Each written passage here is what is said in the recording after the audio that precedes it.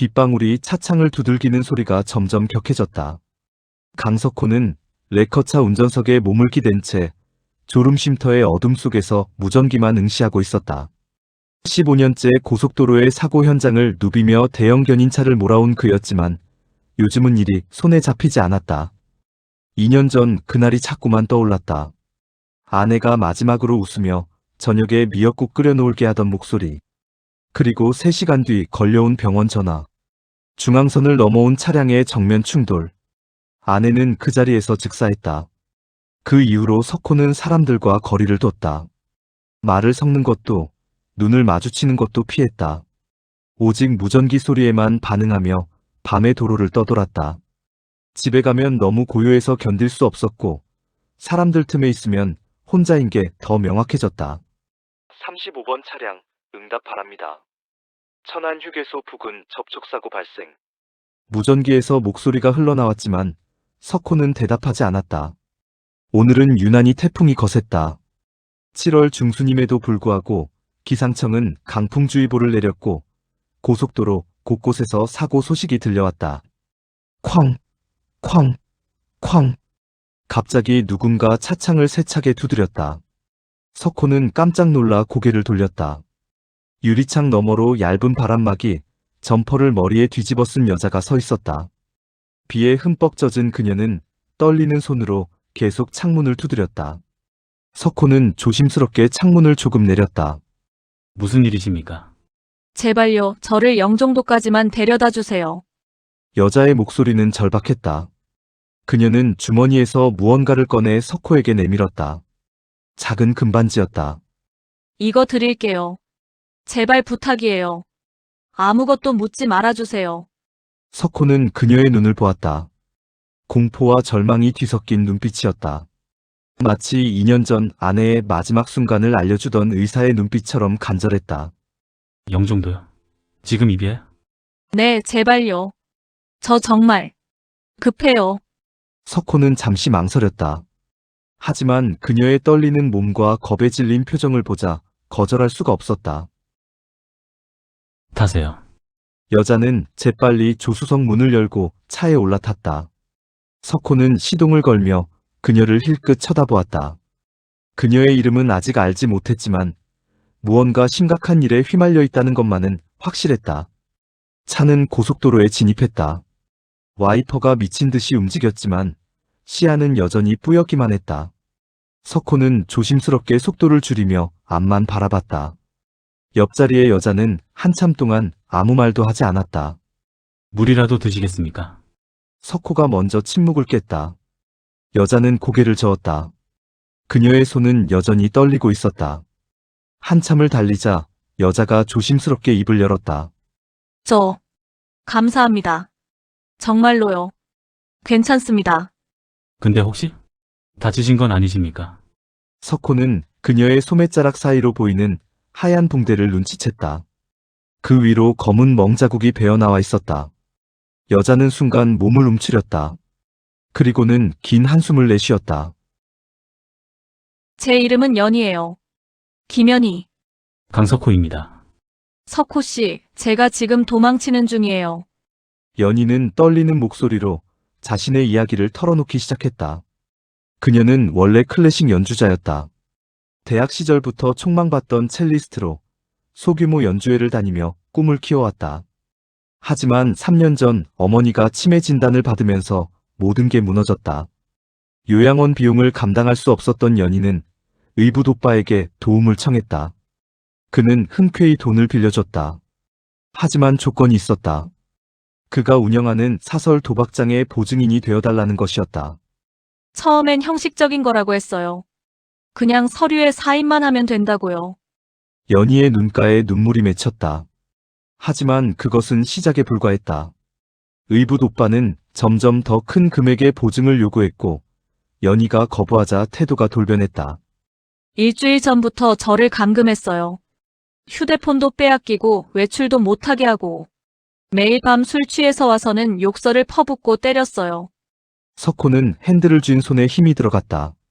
분노가 치밀어 올랐다. 그래서 도망친 겁니까? 네. 오늘 새벽에 간신히 창문으로 빠져나왔어요. 경비원 눈을 피해서 여기까지 왔고요. 경찰에는 신고 안 하셨습니까? 연희는 고개를 저었다. 그 사람이 경찰 쪽에 아는 사람이 많아요. 제가 신고해봤자 소용없어요. 오히려 더 위험해질 뿐이에요. 그럼 영종도는 왜 가시는 겁니까? 어머니가 거기 요양원에 계세요. 제가 사라지면 그 사람이 어머니한테 손을 댈 게 뻔해요. 어머니를 모시고 먼 곳으로 숨어야 해요.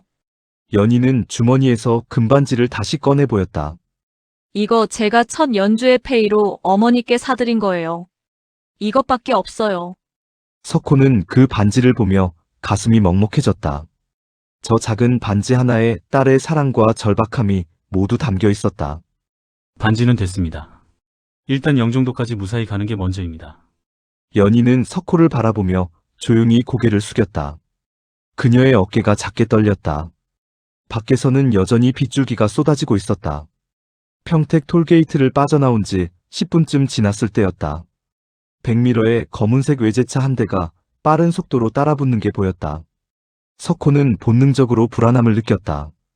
연희 씨 혹시 당신을 찾는 차가 어떻게 생겼는지 아십니까? 검은색 BMW. 왜요? 뒤에 있습니다. 연희는 화들짝 놀라 뒤를 돌아봤다. 그녀의 얼굴이 창백하게 변했다. 저 차예요.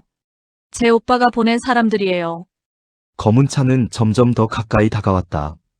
그리고 석호의 레커차를 위협적으로 가로막으며 차선을 막아섰다. 석호는 급히 핸들을 꺾었다. 차체가 크게 흔들렸다. 레커 기사 양반 들리나? 무전기에서 낯선 목소리가 흘러나왔다. 저들이 석호의 무전 주파수를 알아낸 것이었다. 계집만 내놓으면 살해하지. 괜히 일 키우지 말고 협조해. 석호는 무전기를 꺼버렸다. 연희는 공포에 질린 채 석호를 바라봤다. 저 때문에 위험해지셨어요. 저 그냥 내려놓고 가세요. 말도 안 됩니다. 석호의 목소리는 단호했다. 그는 2년 전 그날을 떠올렸다. 아내를 구하지 못했던 그 무력함. 병원 복도에서 주저앉아 울던 자신의 모습. 다시는 눈앞에서 소중한 생명을 놓치지 않겠다고 다짐했던 그날. 제가 15년 동안 이 도로를 누볐습니다. 저들보다 이 길을 더 잘합니다. 석호는 갑자기 속도를 높이며 다음 출구로 빠져나갔다. 검은 차도 뒤따라왔다. 하지만 석호는 국도로 접어들더니 익숙한 손놀림으로 좁은 샛길로 진입했다. 여기가 어디예요? 지름길입니다. 저들은 모를 겁니다. 레커차는 육중한 차체에도 불구하고 능숙하게 좁은 길을 누볐다. 검은 차는 뒤따라왔지만 길이 좁아지자 속도를 줄일 수밖에 없었다. 석호는 그 틈을 놓치지 않고 더욱 깊숙한 산길로 들어섰다. 폭우는 더욱 거세졌다. 시야는 거의 보이지 않았지만 석호는 흔들림 없이 운전했다. 그의 손은 떨리지 않았다. 오히려 15년간 쌓아온 경험이 온몸으로 발휘되고 있었다. 왼쪽입니다. 연희가 소리쳤다. 검은 차가 옆길에서 갑자기 나타난 것이었다. 석호는 재빨리 핸들을 오른쪽으로 꺾었다. 레커차의 뒷부분이 크게 미끄러졌지만 석호는 침착하게 차를 바로잡았다. 괜찮습니다. 붙잡으세요. 두 차는 빗속을 가르며 위험한 추격전을 벌였다. 하지만 석호는 레커차의 무게와 견고함을 이용해 좁은 길과 급커브를 넘나들며 검은 차를 따돌렸다. 30분쯤 지났을까? 백미러에서 검은 차가 보이지 않았다. 석호는 한적한 주유소에 차를 세우고 깊게 숨을 내쉬었다. 손이 조금 떨렸다. 괜찮으세요? 연희가 걱정스러운 목소리로 물었다. 일단은 따돌린 것 같습니다. 연희는 석호를 바라보며 눈물을 글썽였다. 왜 이렇게까지 해주세요? 저 처음 보는 사람인데. 석호는 잠시 말이 없었다. 그리고 조용히 대답했다. 그냥 놓치고 싶지 않아서요. 빗소리만이 차 안을 가득 채웠다. 인천대교가 눈앞에 보였다. 하지만 진입로 앞에는 경찰차 여러 대가 도열해 있었다. 검문이었다. 저기 경찰이 있어요. 연희의 목소리가 떨렸다. 음주 단속일 겁니다. 태풍 때문에 사고가 많아서요. 하지만 석호도 불안했다. 만약 연희가 실종 신고라도 되어 있다면 바로 붙잡힐 것이었다. 그는 재빨리 생각했다. 뒷좌석으로 가세요. 빨리요. 네. 공구함 옆에 숨으세요. 안전장비들 사이에요. 연희는 서둘러 뒷좌석으로 넘어갔다. 석호는 작업용 덮개를 꺼내 그녀 위에 조심스럽게 덮었다. 그 위로 안전모와 공구들을 자연스럽게 쌓아놓았다. 숨소리 조심하세요. 금방 끝날 겁니다. 차는 천천히 검문소에 다가갔다. 경찰관이 손전등을 켜고 다가왔다. 안녕하십니까?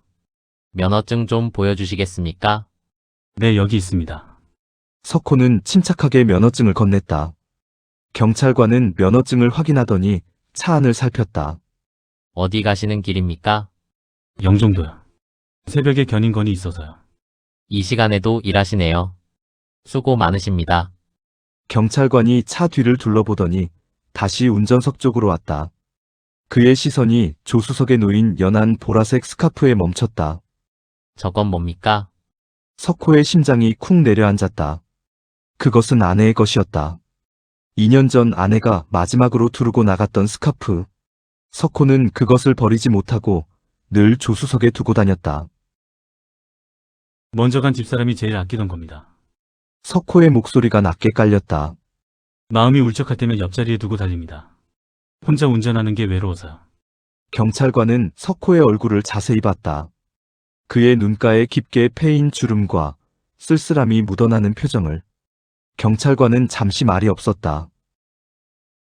죄송합니다. 힘내십시오.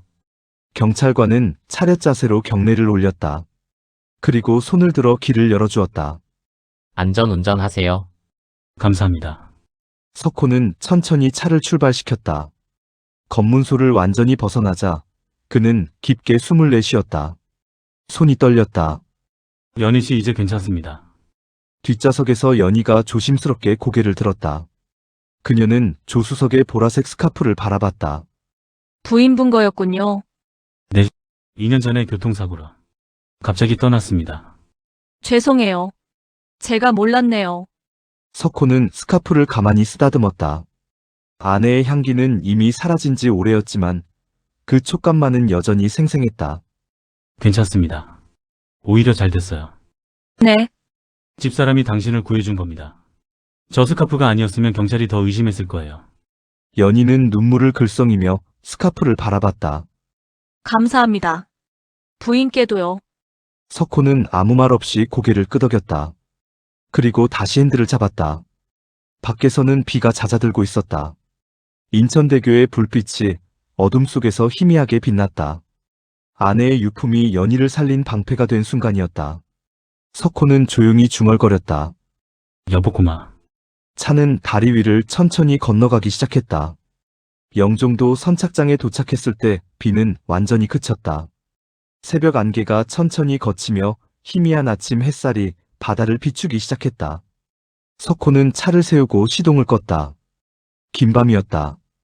연희는 뒷좌석에서 조심스럽게 내렸다. 그녀의 얼굴에는 안도와 감사의 표정이 뒤섞여 있었다. 정말 뭐라 감사를 드려야 할지 모르겠어요. 연희는 다시 금반지를 꺼냈다. 떨리는 손으로 석호에게 내밀었다. 이거라도 받아주세요. 제가 드릴 수 있는 건 이것밖에 없어요. 하지만 석호는 고개를 저었다. 그리고 반지를 살며시 그녀의 손에 도로 쥐어주었다. 필요 없습니다. 어머니께 다시 끼워드리세요. 하지만 대신 부탁이 하나 있습니다. 석호는 자신의 지갑에서 낡은 봉투를 꺼냈다. 그 안에는 비상금으로 모아둔 50만 원이 들어있었다. 이거 받으세요. 당분간 숨어 지내려면 돈이 필요할 겁니다. 이건 안 돼요. 너무 많아요. 빚입니다. 석호가 조용히 말했다. 나중에 다시 연주회 하시면 그때 갚으세요. 앞자리 티켓으로요. 연희는 그 말에 눈물을 쏟았다. 그녀는 고개를 깊이 숙였다. 꼭 갚을게요. 약속해요. 약속 받았습니다. 석호는 미소를 지었다. 2년 만에 처음 짓는 진심 어린 미소였다. 연희는 봉투를 꼭 안고 안개 속으로 걸어갔다. 석호는 그녀가 완전히 사라질 때까지 지켜봤다. 그리고 차에 다시 올라탔다. 조수석에 보라색 스카프가 눈에 들어왔다. 여보, 내가 오늘 좋은 일 했죠? 석호는 스카프를 가만히 쓰다듬었다. 가슴 속 무거운 돌덩이가 조금 가벼워진 것 같았다. 시동을 걸고 돌아가려는데 연희가 멀리서 손을 흔들고 있었다. 석호도 손을 들어 답했다. 그리고 천천히 출발했다. 그로부터 2년이 흘렀다. 어느 가을날 석호는 우편함을 열었다. 청첩장과 광고지 사이에 고급스러운 편지 봉투 하나가 끼어 있었다. 편지를 열자 예쁜 글씨가 눈에 들어왔다. 석호 씨께 그날의 약속을 지키러 왔습니다. 에코 클래식 카페 개업 기념 초대 공연에 꼭 오세요. 앞자리는 석호 씨 자리입니다. 김연희 올림. 함께 동봉된 티켓에는 에코 클래식 카페라는 이름이 적혀 있었다. 석호는 순간 눈시울이 뜨거워졌다. 에코? 그것은 자신의 레커차 이름이었다. 석호는 티켓을 가슴에 꼭 안았다. 그리고 거울을 봤다. 2년 전보다 조금 밝아진 자신의 얼굴이 보였다. 여보, 나 연주회 간다. 처음이지? 석호는 옷장에서 깨끗한 셔츠를 꺼냈다. 그리고 조수석의 보라색 스카프를 조심스럽게 개어 서랍에 넣었다. 이제 나도 앞으로 나아가 볼게요. 다음 날 석호는 에코 클래식 카페를 찾았다. 작지만 아늑한 공간이었다. 연희는 첼로를 들고 무대에 서 있었다. 석호를 보자 환하게 웃으며 고개를 숙여 인사했다. 연주가 시작됐다. 아름다운 선율이 카페를 가득 채웠다. 석호는 눈을 감고 음악에 몸을 맡겼다. 그의 도로는 이제 더 이상 외로운 밤길이 아니었다. 누군가를 향한, 그리고 자신을 향한 따뜻한 이정표가 되어 있었다.